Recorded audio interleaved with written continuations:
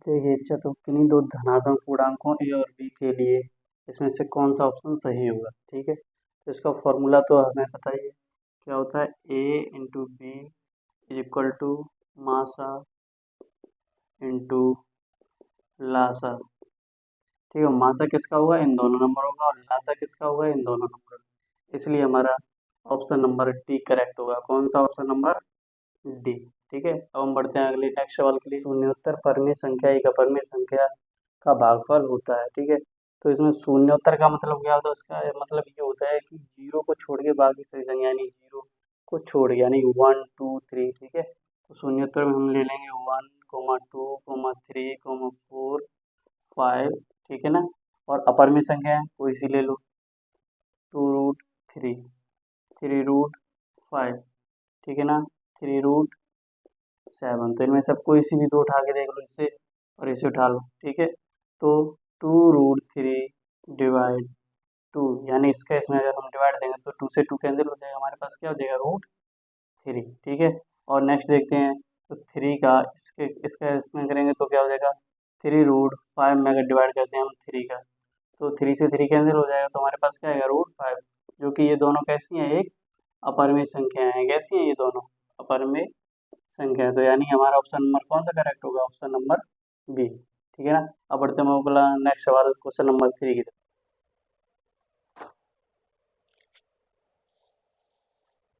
देखिए हमारा next question number 3 क्या है, यदि m बराबर 5 हो और n बराबर m+7 दिया हो, तो √m² + n² की वैल्यू हमें निकालनी। ठीक है, ऑप्शन हमारी ये, तो देखो कैसे करेंगे।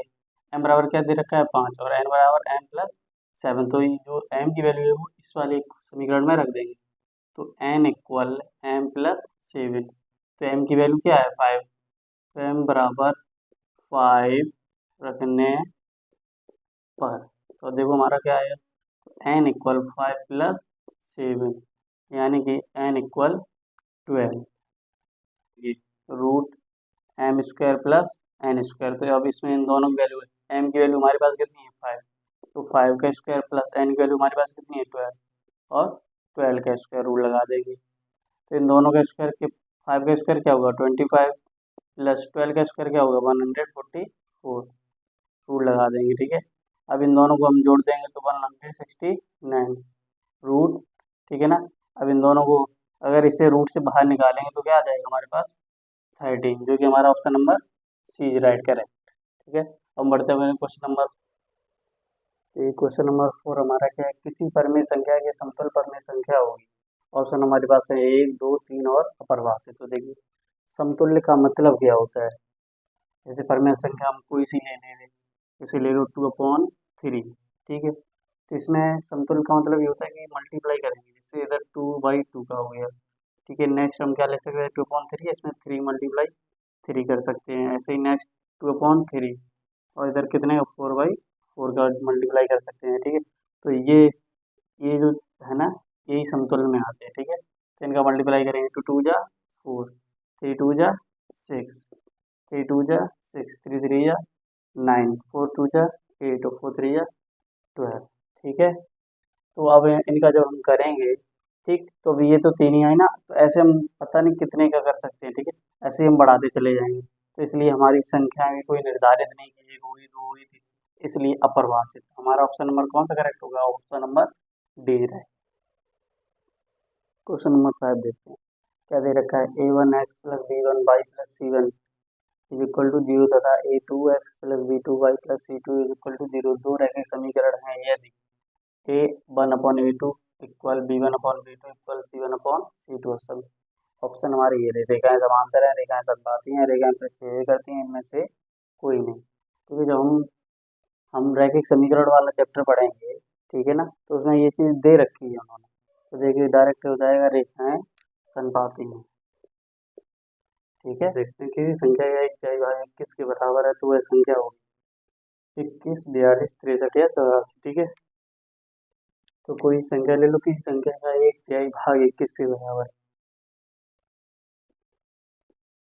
माना संख्या बराबर x का तिहाई, x/3 हो जाएगा ना, तो x/3 बराबर 21, इसके बटे में एक मान लेंगे, नीचे गुणा कर देंगे, तो एक्स का 1 में करेंगे एक्स, 3 का 21 में करेंगे, 3 वन जा 3, 3 टू जा 6, तो एक्स बराबर कितना आ गया 63, जो कि ऑप्शन नंबर हमारा सी करेक्ट हो। ठीक है, अब ऑप्शन नंबर 7 देखिए, ए क्वेश्चन नंबर 7 हमारा क्या है, यदि दोहरा समीकरण x square plus 2x minus P बराबर 0 का एक मूल -2 हो तो पी का मान बताना। ऑप्शन है हमारे पास 0, 1, 2 और 3। ठीक है, तो यानी मूल का मतलब ये है कि हमें एक्स की वैल्यू उसने दे रखी है, तो रख देंगे x square plus 2x minus P बराबर 0, एक्स बराबर -2 रखने पर, तो एक्स -2 तो -2 का स्क्वायर प्लस 2 मल्टीप्लाई माइनस का 2 माइनस पी इक्वल 0, -2 का स्क्वायर करेंगे कितना हो जाएगा 4, प्लस का माइनस मल्टीप्लाई हुआ तो -2 का 2 में हुआ तो 4, माइनस का पी इक्वल में 0, 4 से 4 ये प्लस का ये माइनस का कैंसिल हो जाएगा, तो माइनस का पी बराबर 0, तो पी बराबर क्या हो जाएगा हमारा 0, क्योंकि 0 हमेशा पॉजिटिव रहता है, इसलिए हमारा ऑप्शन नंबर कौन सा करेक्ट होगा, ऑप्शन नंबर ए। हम देखते हैं अपना क्वेश्चन नंबर 8, दो त्रिभुजों के क्षेत्रफल का अनुपात उनकी संगत भुजाओं के अनुपात के वर्ग के बराबर हो तो ये त्रिभुज हो। ठीक है, तो त्रिभुज में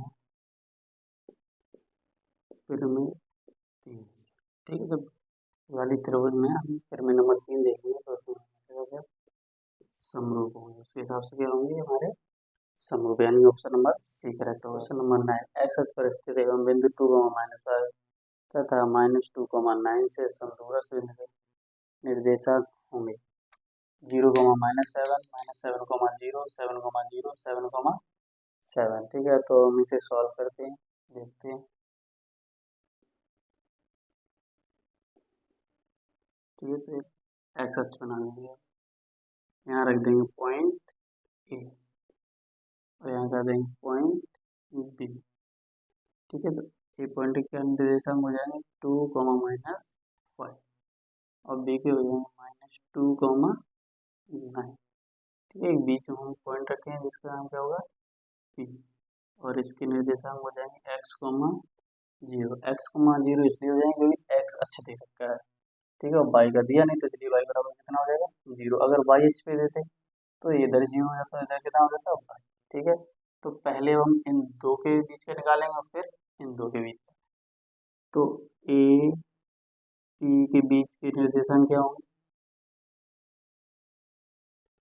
फॉर्मूला क्या होता है हमारा x2 - x1 का whole square minus y2 - y1 का होल स्क्वायर। ठीक है, तो ये हमारा क्या हो जाएगा x1 और ये हमारा y1 और ये x2 और ये y2, बस इसमें वैल्यू रखनी है हमें, तो रूट x2 की वैल्यू दो x माइनस x1 की वैल्यू 2 स्क्वायर माइनस y2 की वैल्यू 0 माइनस y1 की वैल्यू माइनस का 5, तो ये वाला माइनस और ये वाला माइनस बन के क्या बन जाएगा प्लस 5 का होल स्क्वायर, तो रूट x -2 का होल स्क्वायर माइनस 5 का होल स्क्वायर, 0 में भाग जोड़े हैं तो 5। अब हम निकालेंगे पी और बी या बी और पी कुछ भी। ठीक है, तो बी पी के क्या हो जाएंगे, फॉर्मूला में भी वही लगेगा, तो x2 - x1 का whole square minus y2 - y1 का होल स्क्वायर। ठीक है, तो अब की बार ये हो जाएंगे हमारे x1 और x1 y1 x2 और y2। ठीक है, क्योंकि क्या लिया है बी और पी। ठीक, तो देखते हैं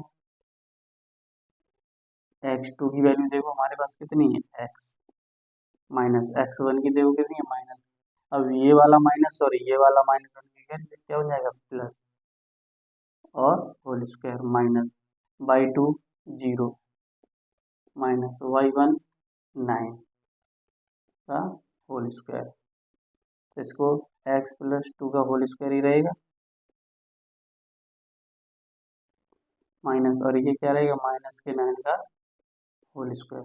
ठीक है, अब देखो ये ए और पी, ए और पी और बी और पी, ये बीच में पी बिंदु है ना, तो इसलिए क्या हो जाएगा A P equal B P. A P B की वैल्यू देखो कितनी आई, रूट के अंदर क्या है एक्स माइनस 2 का whole square minus 5 square equal, और पी पी की देखो रूट के अंदर एक्स प्लस 2 का होल स्क्वायर माइनस माइनस के 9 का स्क्वायर। ठीक है, तो सॉल्व कर लेंगे। हाँ देखो रूट से रूट क्या हो जाएगा कैंसिल। ठीक है, तो इसका ए माइनस बी का होल स्क्वायर वाला फॉर्मूला लगा दो, तो A square plus B square minus 2 A और बी, या माइनस, क्योंकि A square plus B square minus 2ab minus 5 का स्क्वायर करेंगे तो 25 इक्वल ऐसे ए प्लस बी का होल स्क्वायर वाला, तो A square plus B square plus 2ab minus minus के 9 का स्क्वायर करें तो प्लस का 81 हो जाएगा, लेकिन माइनस 8 फॉर्म। ठीक है, अब एक्स स्क्वायर से एक्स स्क्वायर कैंसिल, 2 स्क्वायर से 2 स्क्वायर कैंसिल, इधर देखो माइनस 2 या 4x माइनस का 25 इक्वल, तो 2 या 4x हो जाएगा, जब इधर मल्टीप्लाई करें माइनस का 81 प्लस का इधर ले आएंगे तो किसका हो जाएगा माइनस का 4x को इस साइड ले आओ, माइनस का 81, ये माइनस के 25 का साइड से निकलेंगे तो प्लस का 25 हो जाएगा, 4 माइनस का 8x इक्वल, इससे इसे सेपरेट करेंगे तो 11 से भाग जाएगा, कितना हो जाएगा 6, 7 से 2 जाएगा तो 5 हो गई माइनस का। ठीक है, माइनस से माइनस कैंसिल, अब 8 बन जाएगा 8 56, तो एक्स बराबर कितना प्लस का 7। हमारे निर्देशांक देखो क्या होंगे, तो एक्स 0 है। ठीक है, तो एक्स की वैल्यू हमने क्या निकाली है 7, और 0 का 0, तुम्हारा क्या हो जाएगा एक्स 0 वाला, यानी कि ऑप्शन नंबर सी होगा करेक्ट। ठीक है, नंबर 10, त्रिभुज एबीसी एक समद्विबाहु त्रिभुज है जिसमें ए बी बराबर ए सी हो, तो कौन सा ऑप्शन सही होगा। ठीक है, तो देखते हैं, चलो त्रिभुज बना लो समद्विबाहु।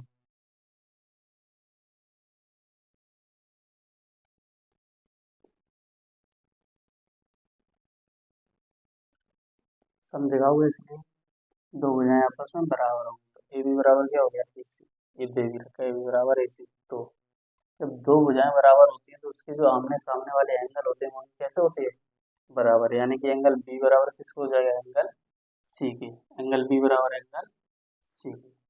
ठीक है, त्रिभुज ए बी सी में ए बी बराबर 6√3 सेंटीमीटर, ए सी बराबर 12 सेंटीमीटर, बी सी बराबर 6 सेंटीमीटर, तो एंगल बी की वैल्यू बतानी है। ठीक है, तो ट्रायंगल बना लेते हैं,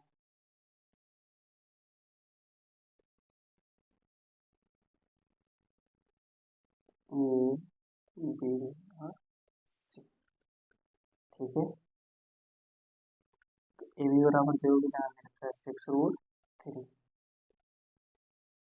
और बी सी बराबर 6, ए सी बराबर 12।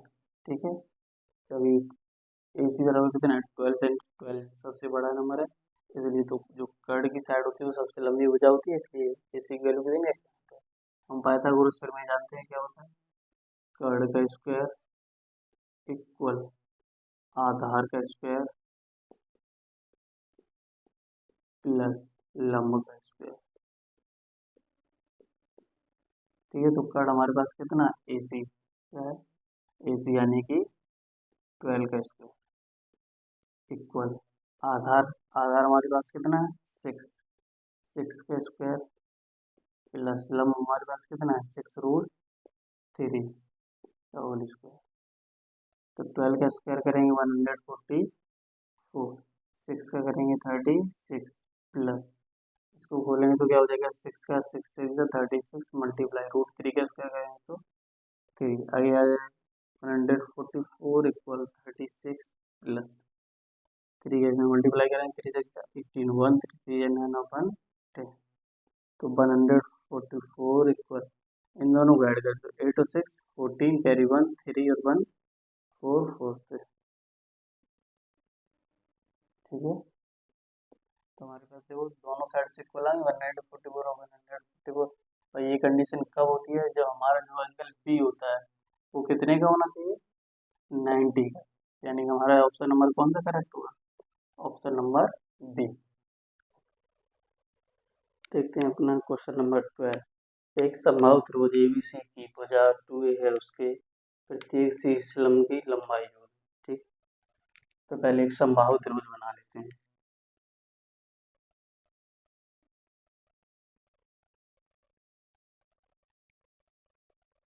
ए बी और सी, ठीक है। प्रत्येक शीर्ष लंब, लंब डालने इसमें डी हो जाएगा, ई,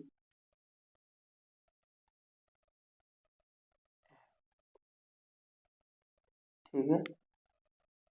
और उसमें देखो क्या दे रखा है कि एक संभावित त्रिभुज एबीसी की भुजा 2a है, ठीक है। यानी कि ये सारे यहाँ से यहाँ तक 2a, यहाँ से यहाँ तक 2a, और ये नीचे वाली भी कितनी हो जाएगी 2a, ठीक है। तो हम इसमें पाइथागोरस वाला फॉर्मूला लगाएंगे।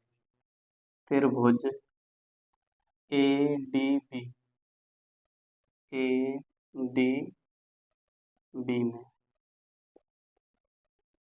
ठीक है। तो इसमें हमारा क्या हो जाएगा फॉर्मूला, कर्ल स्क्वायर इक्वल लंब का वर्ग प्लस आधार का वर्ग,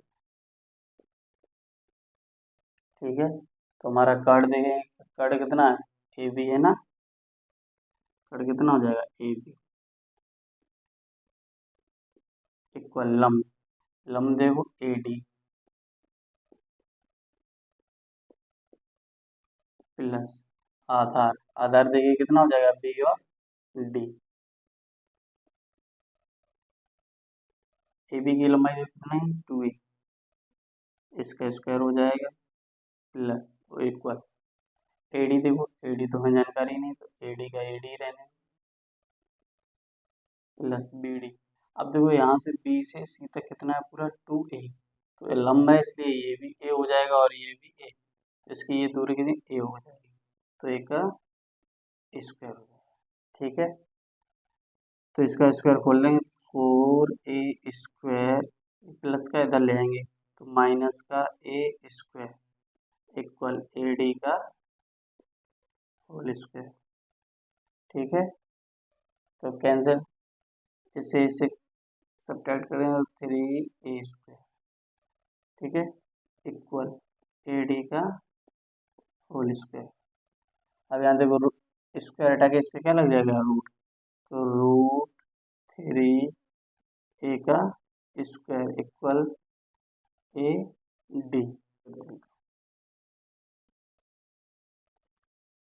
जो ए डी इक्वल कितना हो जाएगा, यहाँ ए 3a स्क्वायर है, रूट से ए बाहर आ जाएगा तो ए रूट 3, तो ऑप्शन नंबर हमारा कौन सा सही हो जाएगा, ए, ठीक है। यदि साइन ए बराबर कॉस ए हो तो ए का मान होगा, ठीक है। देखो क्या दे रखा है, sign A equal cos A, तो साइन ए को तो साइन ए ही रहने देंगे, लेकिन कॉस ए को हम क्या ले सकते हैं, साइन 90 माइनस ए, ठीक है। साइन से साइन कैंसिल हो जाएगा तो क्या बचेगा, ए इक्वल 90 माइनस का ए, ठीक है। ए माइनस का इस साइड आएगा तो किसका हो जाएगा प्लस का, तो ए प्लस ए इक्वल 90, ठीक है। तो ए कितना हो जाएगा 2a इक्वल में 90 डिग्री, तो ए इक्वल 90 अपॉन 2, तो काट देंगे तो ए बराबर कितना आ जाएगा 45, यानी कि ऑप्शन नंबर हमारा कौन सा होगा, सी, ठीक है। देखते हैं अपना क्वेश्चन नंबर 14। यदि ए बराबर 30 डिग्री तो 1 प्लस टेन स्क्वायर ए अपॉन 1 प्लस कॉट स्क्वायर ए का वैल्यू बताना है, ठीक है। तो देखते हैं 1 प्लस टेन स्क्वायर ए अपॉन 1 प्लस कॉट स्क्वायर, ठीक है। तो 1 प्लस टेन स्क्वायर ए की वैल्यू कितनी दे रखी है 30 degree upon 1 plus cot square A की कितनी है 30, ठीक है। आगे देखते हैं।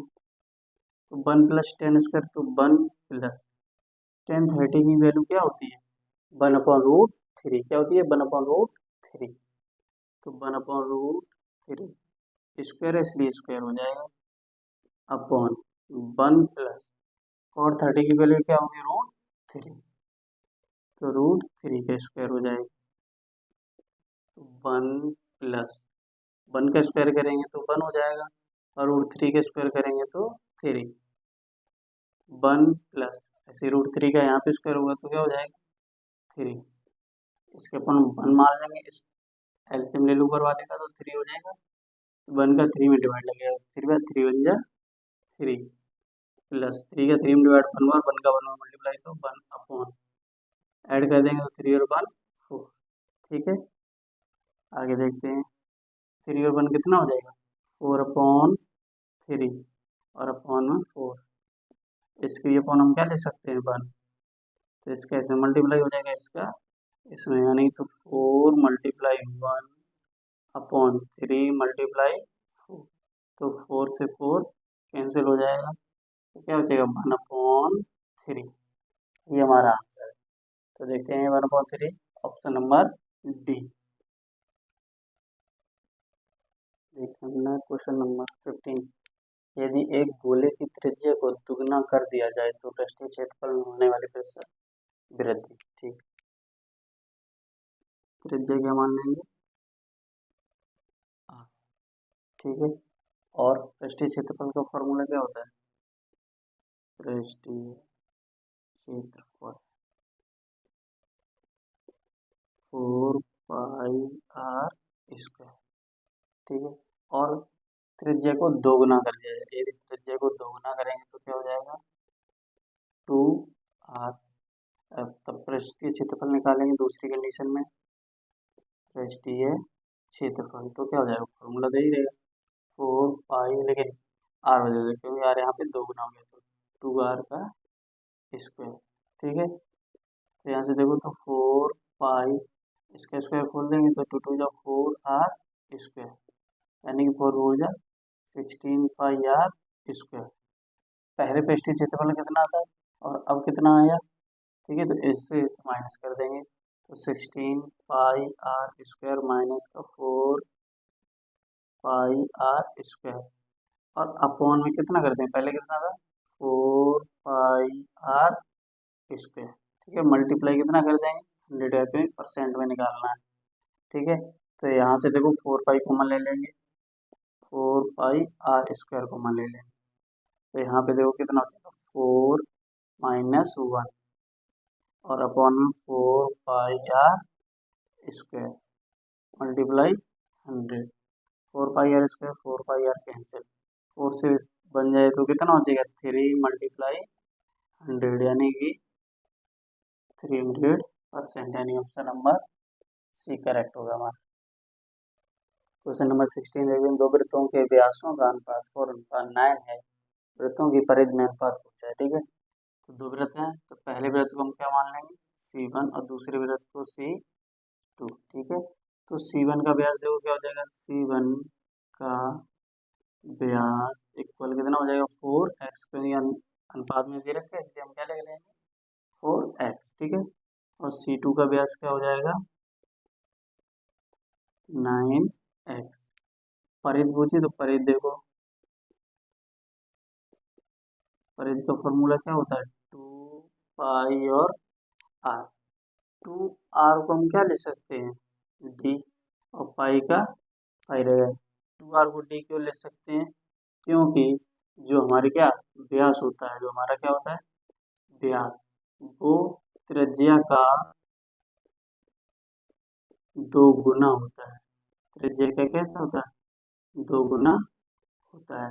और व्यास को हम क्या ले सकते लिखते हैं डी, और त्रिज्या को क्या ले सकते हैं आर। ठीक है, तो त्रिज्या का 2 गुना होता है, इसलिए त्रिज्या 2 आर हो जाएगी और व्यास क्या रहेगा, इसलिए 2 आर की जगह पे क्या लिख दिया हमने डी। ठीक है, अब अनुपात किसमें होता है, परिधि में। ठीक है, तो C1 और C2 का निकालेंगे, तो C1 परिधि हमारे पास क्या है, पाई और डी, और यहाँ भी क्या हो जाएगी परिधि, पाई और डी। ठीक है, लेकिन डी की वैल्यू देखो, यहाँ व्यास दे रखा है कितना, 4x, तो इस वाली डी की जगह पे हम कितना लिख सकते हैं, 4x। ठीक है, और इस वाली C2 का व्यास देखो कितना दे रखा है, 9, तो इसलिए इस वाली डी की जगह पे क्या लिख सकते हैं, 9x। पाई से पाई कैंसिल हो जाएगा, एक्स से एक्स कैंसिल हो जाएगा, तो C1/C2 इक्वल 4/9, यानी कि अगर रेशियो में लिखेंगे C1/C2 इक्वल 4/9, यानी कि ऑप्शन नंबर हमारा बी करेक्ट होगा। नेक्स्ट क्वेश्चन 17 निम्नलिखित सारणी का माध्य होगा। ठीक है, मैं क्या निकालना है, इसमें माध्य वर्ग अंतराल दे रखा है, बारंबारता भी दे रखी है, ऑप्शन ये है हमारे। ठीक है, तो इसमें सबसे पहले क्या करेंगे हम, इसी बारंबारता को क्या लिखते हैं, F1। ठीक है, तो इसमें x1 और निकालेंगे, क्या निकालेंगे, x1 या x डैश। ठीक है, तो देखो x1 को कैसे निकालेंगे, तो वर्ग अंतराल दे रखा है, इन दोनों वर्ग अंतरालों को इन्हें और इन्हें ऐड करके कितने का डिवाइड लगा देंगे, 2 का। ठीक है, जैसे 0 और 2 है, तो 0 और 2 को ऐड करेंगे तो कितना हो जाएगा, 2 और 2 में 2 का डिवाइड लगाएंगे तो 1। जैसे 2 और 4 को ऐड करेंगे तो 6 में 2 का डिवाइड लगाएंगे तो 3, 4 और 6 को ऐड करेंगे तो 10 में 2 का डिवाइड लगाएंगे तो 5, 6 और 8 को ऐड करेंगे 14 में 2 का डिवाइड लगेगा तो 7, 8 और 10 18 में अगर 2 का डिवाइड लगाएंगे तो 9। अब नेक्स्ट हमारा रहेगा x1 और f1 का मल्टीप्लाई करेंगे, x1 और f1। ठीक है, तो देखो क्या हो जाएगा, 3 बन जा 3, 1 3 जा 3, 5 5 जा 25, 4 7 जा 28, 7 9 जा 60। ठीक है, अब हम क्या कर लेंगे, ऐड किसे, बारंबारता को और इस मल्टीप्लाई को। ठीक है, तो f1 इक्वल कितना हो जाएगा, देखो 3 1 4 4 5 9 9 4 13 13 7 20, इसे ऐड करेंगे तो x1 f1 देखो कितना हो जाएगा, 3 और 8 कितना हो जाएगा, 11 11 और 5 16, 16 और 3 19, 19 और 3 22, कैरी कितनी हो जाएगी 2, 6 2 8 8 और 2 10 10 और 2 12। ठीक है, और हमारा माध्य का फॉर्मूला क्या होता है,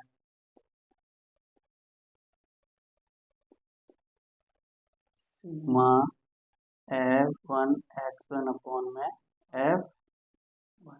ठीक है, तो देखो f1 x1 कितना है हमारे पास, 122, डिवाइड करेंगे f1 कितना है 20।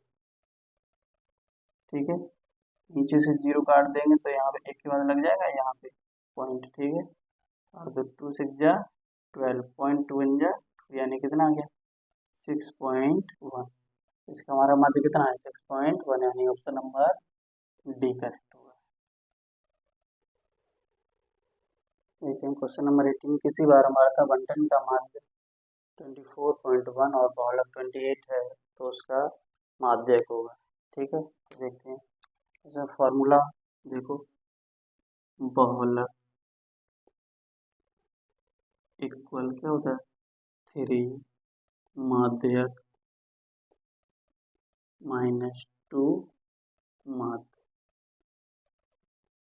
ठीक है, बस वैल्यू रखनी है, बहुलक देखो कितना दे रखा है 28 इक्वल 3, माध्यक दिया ही नहीं तो माध्यक रहना है, 3 मल्टीप्लाई माध्यक -2 मल्टीप्लाई माध्य देखो कितना देगा 24.4। ठीक है, तो 28 मल्टीप्लाई 3 इंटू माध्यक माइनस से इसका मल्टीप्लाई करेंगे, 2 का 1 में करेंगे 2.2 का 4 में 2 4 जाए 2 2 जा 4, माइनस का है, साइड चेंज कर देंगे इसकी, तो किसका हो जाएगा प्लस का, 28 प्लस 48.2 इक्वल 3 मल्टीप्लाई माध्य। ठीक है, इन दोनों को क्या कर लेंगे ऐड। तो देखो 0.2 हो जाएगा क्योंकि इसमें पॉइंट है नहीं लगाना, जब पॉइंट के बाद क्या है तो जीरो। ठीक है, 8 और 8 16, कैरी कितनी हो जाएगी 1, 4 और 2 6 और 1 7, तो कितना आ जाएगा 76.2। 3 इधर मल्टीप्लाई में, इसकी अगर साइड चेंज करें तो किसमें आ जाएगा डिवाइड में, तो अपॉन में आ जाएगा, और इधर क्या बचेगा हमारा सिर्फ माध्य। तो काट दो, 3 2 जा 6, 1 बचेगा 16, 3 5 जा 15, 1 बचेगा, पॉइंट का पॉइंट 12 हो जाएगा, तो 3 4 जा 12, तो माध्य हमारा कितना आ जाएगा 25.4। ठीक है, यानी कि ऑप्शन नंबर हमारा कौन सा करेक्ट होगा, सी।